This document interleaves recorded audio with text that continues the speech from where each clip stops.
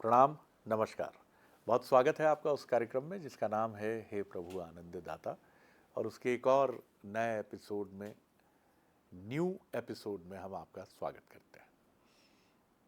और आपके जो भी जिज्ञासा से जुड़े प्रश्न हों, जिज्ञासाएं हों, कई बार कई शंकाएं भी उत्पन्न होती हैं और बहुत ज़रूरी हैं वो, क्योंकि वो व्यक्ति बहुत ही दुर्भाग्यशाली है, माफ़ कीजिएगा मैं ये बात कह रहा हूँ, जिसके मन में प्रश्न ही नहीं उठते हैं, शंकाएं ही नहीं उत्पन्न होती हैं, क्योंकि ये शंकाएं समाधान तक ले जाती हैं। तो इसलिए अपने को जीवंत बनाते हुए हर व्यवस्था में, और सनातन परंपरा तो अद्भुत है जहाँ हर प्रक्रिया, हर प्रणाली पर संदेह से भी देखने का पूरा स्वातंत्र भाव है और प्रश्न खड़े करने की भी पूरी छूट है। इस मामले में ये दुनिया का अद्भुत रिलीजन मैं नहीं कहूँगा, सनातन ही कहूँगा इसको, क्योंकि रिलीजन माफ़ कीजिएगा वो कहीं बंधता है, बांधता है, लेकिन असली जो कोई भी उपासना पद्धति या मोक्ष मार्ग की तरफ ले जाने की जो प्रणाली है वो मुक्त ही करती है, बांधती नहीं है। आज हम जिस सब्जेक्ट पे बात करेंगे वो मेरी ही जिज्ञासा है।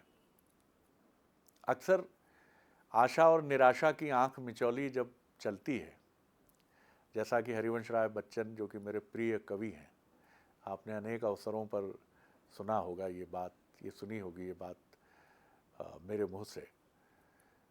उनकी एक पंक्ति जो मधुशाला उनकी कविता है, लंबी श्रृंखला है, उसमें वो कहते हैं, कभी निराशा का तम घिरता छिप जाता मधु का प्याला, कभी उजाला आशा करके प्याला फिर चमका जाती, आंख मिचौली खेल रही है मुझसे मेरी मधुशाला।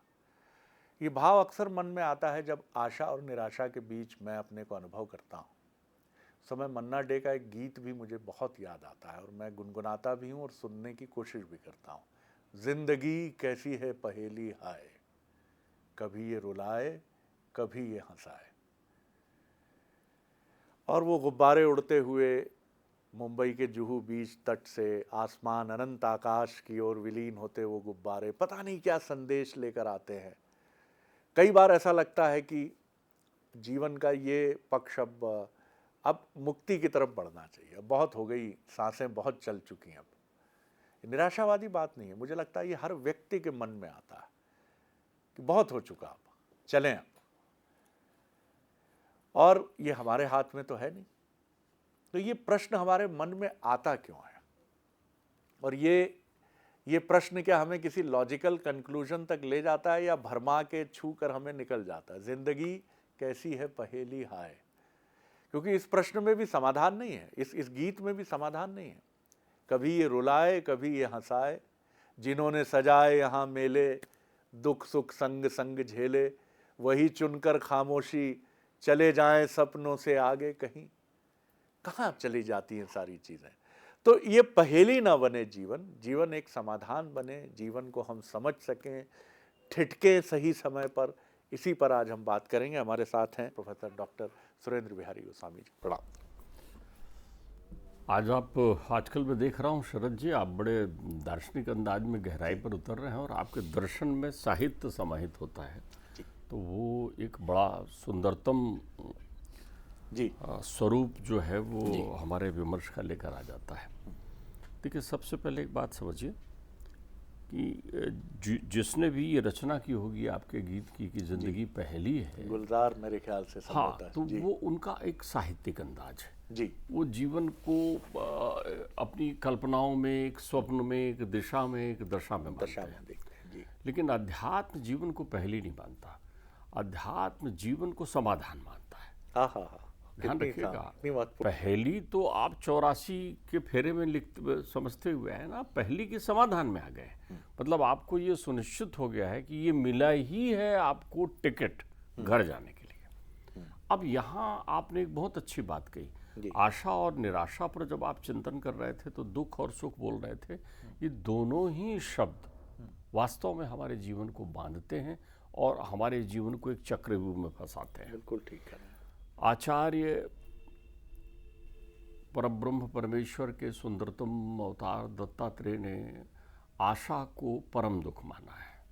वो कहते हैं ये आशा ही दुख है, तो इसलिए हम कहते हैं आशा निराशा दुख सुख ये तभी बना है। जी। जहाँ आशा है वहाँ दुख है, जहाँ आशा नहीं है वहाँ सुख है। लेकिन दुख और सुख दोनों उस पहेली का हिस्सा हो सकते हैं जो जीवन है नहीं। अर्थात आपके जीवन में सुख और दुख है नहीं, ये अनुभूति के विषय है। आपको केवल अनुभूति देते हैं। अगर सुख होता तो एक बार आ जाने के बाद हमेशा आपके पास रहता ना, फिर वो सुख ही दुख क्यों बन जाता है? हमारे चिंतन का प्रश्न ये है कि हमारा सुख हमारा दुख क्यों बन जाता है? ठीक बात। आपने न जाने कितने देवी देवता बनाए, न जाने कितनी जगह गए, न जाने कितने प्रयत्न किए एक संतान के लिए। वो आपके जीवन की आशा थी। संतान के आने से जो कुछ आपको अनुभूति हुई वो सुख की हुई ना, तो फिर संतान से दुख क्यों आता है जीवन में? ठीक बात है, बहुत बढ़िया। यदि आपके जीवन में सुख आ गया था तो स्थायित्व के साथ आता ना, क्योंकि ये अनुभूति है, यथार्थ कुछ नहीं है। यथार्थ। इसलिए हमारे यहाँ कहते हैं जितने संबंधों से, जितने इस शरीर से उत्पन्न तत्व हैं और जितने इस शरीर को मिलने वाले तत्व हैं, ये सब यहीं रह जाना है। इसलिए आशा की जितनी विषय वस्तु है वो ही हम छोड़ जाते हैं। हमें छोड़ क्या जाना है? आशाओं को। ध्यान रखिएगा, तो जीवन में हम आशाओं को ही तो छोड़कर जाते हैं। आशा की प्रतिपूर्ति के लिए लगे रहते हैं और प्रतिपूर्ति के बाद बड़े खुश हो जाते हैं, लेकिन क्या वो हमारी हैं? नहीं, वो एक अनुभूति का विषय थी और हम छोड़ जाते हैं उसको। फिर वो हमारे जीवन में उस रूप में उपयोगी नहीं होती। ठीक बात। ध्यान रखिए, आशा हमें स्वार्थी और पूर्वग्रही बनाती है। आशा हमें सिमटाती है, हमारा संसार छोटा कर देती है। आशा हमारे संसार को छोटा और सीमित कर देती है। जितनी आपकी आशा हुई बस उतना ही आपका संसार हो जाता है, और आप पूरा प्रयत्न करके उस आशा को प्राप्त करने के लिए प्रयत्न करते हैं तो आप स्वार्थी भी हो जाते हैं और फिर पूर्वग्रही भी हो जाते हैं। यदि आपको वो चाहिए, आपकी आशा में है और वो आपके पास नहीं है, किसी और के पास है, तो आपको उससे द्वेष भी उत्पन्न हो जाता है। तो विषय आ रहे हैं ना आपके जीवन में। आशा आपको कौरवों की सेना में शामिल कर देती है। आशा आपको कौरवों की सेना में ये शामिल बड़ा कर आपने अलग बिंब एक। जीवन में महाभारत युद्ध तो होता ही है, हर के जीवन में युद्ध है। हमारा शरीर ही भारता है, और यहाँ जो विषयों और संकल्प विकल्प के बीच, आशा निराशा के बीच, सुख दुख के बीच जो भंवर चलता है वो एक युद्ध की तरह होता है। हमारे मन में हमेशा युद्ध चलते रहता है, अच्छाई बुराई का, गुण अवगुण का, ये युद्ध चलते रहता है परस्पर, जिसको हम अंतर्द्वंद कहते हैं। यही युद्ध है, यही युद्ध है। तो प्रत्येक के अंतर्चित्त में महाभारत चलते रहता है। ध्यान रखिएगा, तो महाभारत में कौरव के वंश वाले कौन हो जाते हैं? जिनके जीवन में आशाएं हैं। क्योंकि आशा आपको स्वार्थी बनाएगी ना, तो स्वार्थी बनाएगी तो आप पक्षपाती हो जाओगे ना। अपन ये इनका चरित्र देखते हैं। इनके चरित्र में पूर्वग्रह द्वेष क्यों है? क्योंकि आशावान रहे हैं धृतराष्ट्र, आज नहीं तो कल मुझे सत्ता मिलेगी ना, मुझे नहीं मिली ना। निराश हो गए वो, उन्हें सत्ता नहीं मिली, उनके दूसरे भाई को सत्ता मिल गई जो कि योग्यता के आधार पर मिली थी, लेकिन उन्हें लगा कि मैं दिव्यांग हूँ इसलिए मुझे सत्ता नहीं मिली। वो पूर्वग्रही हो गए। तो हर पल वो आशा में लगे रहते थे कि कब मुझे कुर्सी मिले, कब मुझे सत्ता मिले, कब राज सिंहासन मिले। इसलिए वो पांडु के निधन पर भी अंतर्मन से प्रसन्न होते हैं, क्योंकि अब उनका कंटक चला गया ना। पांडु के शापित होने पर भी वो प्रसन्न होते हैं, और वो कुंती और कुंती के 5 पुत्रों को इस प्रकार ही ग्रहण करते हैं कि ये रहेंगे, पड़े रहेंगे कहीं, भले चाहे बाहर बड़बोलापन कर रहे हो, मेरे अनुज के पुत्र हैं, मेरे पुत्रों की तरह रहेंगे, सब कुछ कर रहे हैं, लेकिन भेद तो उनमें आ गया ना, क्योंकि अब वो आशा के संचार में चल रहे हैं। तो वो कुरु वंश में आ गए। कुरु का अर्थ ही होता है अधीरता, कुरु तुरंत चाहिए, मिलते रहे, और ये ही वो संचालित करते हैं दुर्योधन में। तो दुर्योधन को भी चाहिए ना, उसकी चाहत इतनी है, उसकी आशाएं इतनी है कि वो 5 गांव भी संबंधित को नहीं दे रहा है, वो निरपेक्ष मान में पहुंच ही नहीं पा रहा है, हमें सापेक्षवान बना देता है आशा। तो इसलिए आशा का पथ सुगम नहीं है। और संसार के, मैं समझता हूँ कि आज के संसार के रुपए, पुराने रुपए के 16 आने में 15.25 आने लोग इसी संसार को जीते हैं। मतलब इसको मैं इस रूप में भी देख रहा हूँ जो आपने बहुत सुंदर मीमांसा की कि आशा का एक सात्विक पक्ष है और एक सात्विक नहीं है। जैसा आपने कहा कि लगभग 75 से 80% लोग आशा के नकारात्मक पक्ष से ही संचालित, 98%, 2% 98%, बल्कि 99 कर दीजिए। किसके जीवन में आशा नहीं? कौन नैराश्य को वर्ण करता है जी, कौन जीवन में चाहता है कि ना? लेकिन ध्यान रखिए, यही आशा तो दुराशाएं बन जाती हैं ना, जब पूर्वग्रह और विषयों का प्रवेश हो जाता है। तो आप फिर संशय भी इस आशाओं के संदर्भ में ही आ जाते हैं, विश्वास भी इन आशाओं के कारण ही दिखता है।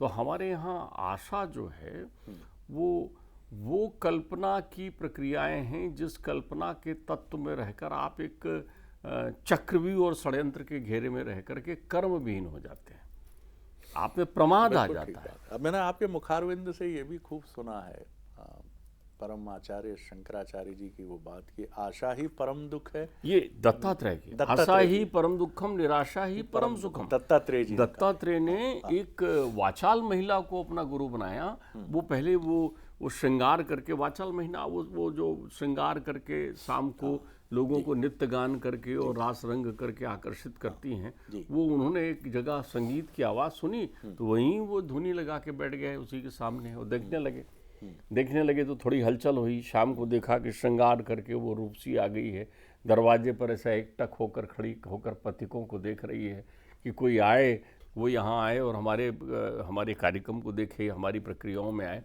देखते रही, एक पल दो पल, एक पहर दो पहर, जब रात ढलने को आ गई तो वो थक गई तो उसने अपने मुंह से बुदबुदाया, आशा ही परम दुखम निराशा ही परम सुखम। मैं आस लगा कर बैठी हुई थी कि कोई आता आज ग्राहक, कोई कद्रदान आता मेरे पास, कोई मेरी कला का पारखी आता मेरे पास, लेकिन मैंने पूरे जीवन का एक इतना महत्वपूर्ण समय मैं प्रतिदिन व्यतीत कर रही हूँ। काश कितना अच्छा होता कि मैं ऐसा समय परमात्मा या आत्मिक चिंतन में व्यतीत करती या सत्कर्म में व्यतीत करती। तो संसार में हम जितने भी लोग संसार में मानव पथ के पथिक हैं, वो हम अपने जीवन का, सुखदेव जी भी तो यही कहते हैं कि हमारे जीवन का बड़ा भाग काहे में जाता है।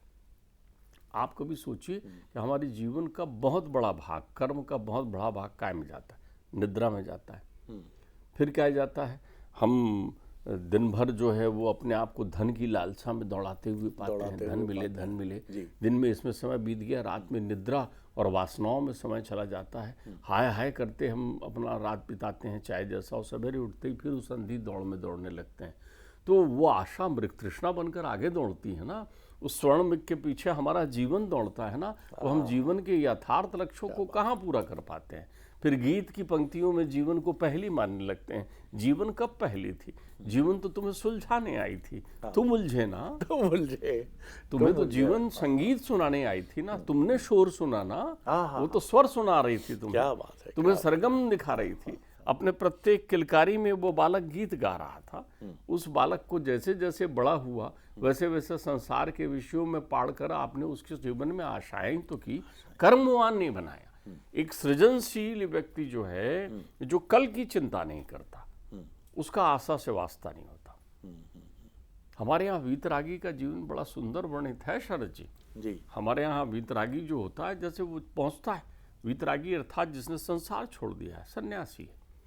तो श्रेष्ठ सन्यासी कौन माना जाता है? जो ये संकल्प लेके निकलता है कि मैं 3 घर में जाऊंगा, मैं 1 घर में जाऊंगा, मैं 5 घर में जाऊंगा, और जाकर बोलता है भिक्षाम देहि। और ये बिल्कुल वो उसके एक ही पात्र रहता है उसके पास, जो भी दो, ताजा दो, बासा दो, मीठा दो, खारा दो, उसी पात्र में मिलाकर वो भोग ग्रहण कर लेता है शरीर को जीवन यापन के लिए, और उसको धो करके पात्र को वहीं विसर्जित कर देता है या रख लेता है। उसको कल की चिंता नहीं है, उसको आज का कार्य हो गया, फिर वो अपनी तपश्चर्या, दिनचर्या और अपने परमार्थ के कार्यों में लग जाता है। उससे पूछो आप जाके, भाई साहब थोड़ा ज़्यादा नहीं, ज़्यादा तो मैं लेता ही नहीं, जितना लेता हूँ उतना मैंने कर लिया, तो कल के लिए क्या बचाया? वो बोलता है कल कहाँ होगा, कल होगा कहाँ? और वास्तव में कल होता नहीं है। जिस आज में हम जाग जाते हैं, वो बीती रात को हम उसको कल का उच्चारण कर रहे होते हैं। जागते तो हम हर आज में हैं, कल कहाँ मिलता है। कल कहाँ मिलता है। जब रात्रि में आपने शयन किया तो सारी आशा और निराशाओं का संघर्ष चलता हुआ जैसे ही सुखद निद्रा की नींद आती है वैसे ही आपका जीवन काल पूर्ण हो जाता है और फिर आप नव जीवन में प्रवेश करते हैं। तब दिनचर्या में तारीख बदल चुकी होती है लेकिन आशा वहाँ से चली आ रही होती है आपके साथ में। कल आ गया, कल आ गया। कल आपके जीवन में कभी आता नहीं। जीवन कल के लिए नहीं है जी। जीवन आज के लिए है। आशाएं कल के लिए होती हैं, इसलिए वो हमारे लिए दुख का कारण होते हैं। तो आशाएं अच्छी बात है, आप आशाओं का चिंतन करें लेकिन आशाओं का आध्यात्मिक चिंतन करें। आशाओं का आप ऐसा थोड़ी कि किसी के जीवन में आशा ना हो, आशा के आध्यात्मिक महत्व को समझिए कि आप कितने सृजनशील हैं, कर्मवान हैं, प्रमादी तो नहीं हैं, दिवा स्वप्न तो नहीं देखते हैं। देखते हैं, ठीक बात है। तो ये सारी अर्थात एक कर्मवान व्यक्ति यदि आशावान होता है तो उस आशावान की दिशा में होने पर वो काम करता है। अब यहाँ पर आशा का स्वरूप सतोगुणी हो सकता है लेकिन अब आशा ने आपको तृष्णा का रूप तो नहीं लिया है। आपकी आशा है कि एक किसान सोचता है कि 4 बोरा गेहूं हुआ है तो अब इस साल 20 बोरा गेहूं हो जाए, वो गेहूं 15 बोरा हो गया। लेकिन वो किसान अगर प्रसन्न है तो उसकी आशाएं सार्थक हैं। लेकिन अगर किसान अप्रसन्न है कि मैंने 20 सोचा था 15 हो गया, बस यही आशा तृष्णा बन गई। तो कहीं आपकी आशा तृष्णा तो नहीं बन गई? तो नहीं बन गई। तृष्णा जिसकी तृप्त नहीं हो सकती, जो मृग मारीचिका है, जो आपको बेचैन करती है। अगर आशाएं मीठी हैं, आशाएं देखिए आशा में कितनी चीज होती है। अब आशा के साथ अपेक्षा भी आके लग जाएगी, खाली आशा अकेली नहीं चलती, वो अपेक्षा भी लग जाएगी आपके साथ। फिर आप जो है उस अपेक्षा के साथ में फिर फल प्रतिफल के फेरे में भी पड़ जाओगे कि उसने ये दिया, मैंने ये किया था, उनने ये किया कि नहीं किया, लाया नाम भंवर जाल। फिर वही सूत्र रखिए, आशा ही परम दुखम, निराशा ही परम सुखम। आशाओं को दुराशा में परिवर्तित नहीं होने दीजिए, सत्कर्म करते हुए चलिए। हमारे बहुत सारे देखिए श्रेष्ठतम आध्यात्मिक उदाहरण बताऊं, आशा और निराशा का। निराशा शब्द तो आशा का अभाव है। हाँ, ठीक बात है। मैं इन शब्दों को शाब्दिक अर्थों में तो स्वीकार करता हूं लेकिन आध्यात्मिक अर्थों में स्वीकार नहीं करता। नैराश्यता जीवन थोड़ी है, जब तक सांस है तब तक आस है। इसलिए निराशा नाम की विषय वस्तु नहीं होती। निराशा उन्हें होती जो जय पराजय की गिनती करते हैं। भाई पराजय इसलिए कि जय मिलेगी आपको, जय की सीढ़ी का नाम पराजय है, उस सीढ़ी से चढ़े बिना आपको जयता नहीं मिल सकती। बिल्कुल ठीक है। तो आशा का सुंदरतम उदाहरण, सात्विक उदाहरण, न कांक्षी विजयम कृष्णम न च राज्यम सुखाणी छो। वो कहते हैं अर्जुन गीता सुनने के बाद कि सुनो कान्हा, मुझे प्रलोभन देने की जरूरत नहीं, मुझे स्वर्ग नहीं चाहिए, मुझे नरक नहीं चाहिए, मुझे मुक्ति नहीं चाहिए। न कांक्षी विजयम कृष्णम, मुझे विजय नहीं चाहिए, न च राज्यम सुखाणी छो, मुझे राज्य भी नहीं चाहिए। मैं जान गया हूँ ये सब त्यक्त भाव की चीजें हैं।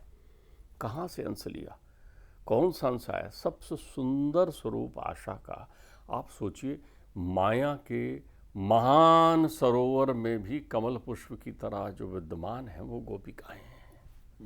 संसार वही है, विरह में है वो, विरह की अनुभूति भी है लेकिन विरह में निराशा नहीं है। गोपिकाओं की आशा को देखिए, कान्हा जी ने कहा मैं आऊंगा, वो गोपिकाएं जिन्होंने जन्म जन्मांतर का तप किया है, वो गोपिकाएं जो किसी युग में मत्स्य कन्याएं थी, वो गोपिकाएं जो दंडकारण्य में राम के वनवास के समय तप में थे, वो ऋषि हैं, सब गोपिकाएं बनकर आई हैं। लेकिन उनके विरह की अग्नि की तप्तता भी उनको आशा में नहीं संजोती। वो ये रोज किसी की आंखें गीली नहीं है संसार के लिए। कोई एक वृतांत नहीं है कि एक गोपिका रोती हुई बैठी थी कि कान्हा कब आएंगे। खोती हुई बैठी थी कान्हा में, रोती हुई नहीं बैठी थी। उसने समाहित कर दिया था अपने आप को। तो आशा आपको समाहित होने में रोकती है अपने कर्तव्य के साथ। आशा आपको स्वप्न देती है, आशा आपकी तृप्तपूर्ण निद्रा का हरण कर लेती है। तो इसलिए आराम से सोइए, आराम से चिंतन करिए, मस्त कर्म करिए, जो कुछ प्राप्त होगा वो फलाशक्ति आपको निराश नहीं करेगी। और ये संयोग ही है कि एक दिन पहले जब एक बड़े प्रतिभाशाली युवा से संवाद हुआ तो बात ये निकल कर सामने आई कि ना कहने का और ना कहने से अधिक गलत साबित होने का जो सुख है, क्या हम उसको उठाते हैं? दरअसल आशा जब आपके जीवन में, असल हम खुद ही से इतने आशान्वित हो जाते हैं कि मैं ठीक हूँ, मैं बेहतर हूँ, मेरा काम अच्छा है, मैं बहुत कुछ गलती है ही नहीं। जब कोई कह देता है आपको तो कुछ आता ही नहीं, तो ऐसा लगता है कि उससे लड़ जाएं या उसको गलत साबित कर दें या कहें कि ये किसी भावना से संचालित होकर ऐसा कह रहा है, जबकि हो सकता है वो बिल्कुल सही कह रहा हो। लेकिन हमने कभी ये माना ही नहीं, क्योंकि आशा यही है, आशा और कई जगह पाखंड भी आशा ले लेती है कि मैं ही श्रेष्ठ हूँ। ऐसा होता तो कोई भी व्यक्ति अपने जीवन में हमेशा चरम पर होता, चाहे वो अभिनेता हो, चाहे वो खिलाड़ी हो, चाहे किसी भी विधा का, किसी भी प्रोफेशन का व्यक्ति हो। Ups and downs is a part of life. उतार चढ़ाव चलता है, कभी आपका अच्छा समय, कभी बुरा समय। तो ये बहुत सुंदर बात है जो गोस्वामी जी ने कही कि गोपिकाओं का विरह ये बताता है कि उस विरह में नैराश्य नहीं है, उन्होंने अपने को कृष्ण में समाहित कर दिया है, शामिल हो गई हैं। जीवन से भी ऐसे ही घुल मिल जाने पर शायद पहेली नहीं जिंदगी होती, जिंदगी समाधान बनती है। बड़ा आनंद आया गोस्वामी जी। अगले एपिसोड में एक और विषय लेकर उपस्थित होंगे। प्रणाम, नमस्कार।